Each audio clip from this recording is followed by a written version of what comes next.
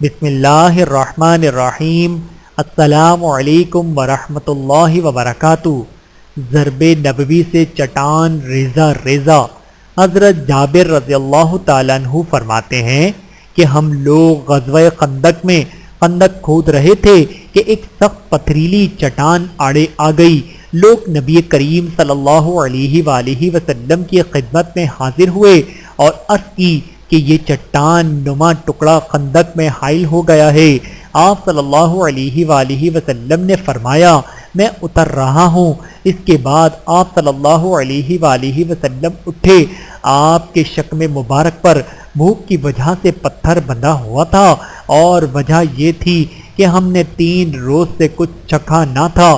پھر نبی کریم صلی اللہ علیہ وآلہ وسلم نے کدال لے کر مارا تو وہ چٹان نما ٹکڑا بھر بھرے تودے میں تبدیل ہو گیا۔ بحوالہ صحیح بخاری حدیث نمبر 4101۔ اللہ تعالی ہم سب کو احادیث مبارکہ پہ عمل کرنے کی توفیق عطا فرمائے۔ آمین ثم آمین۔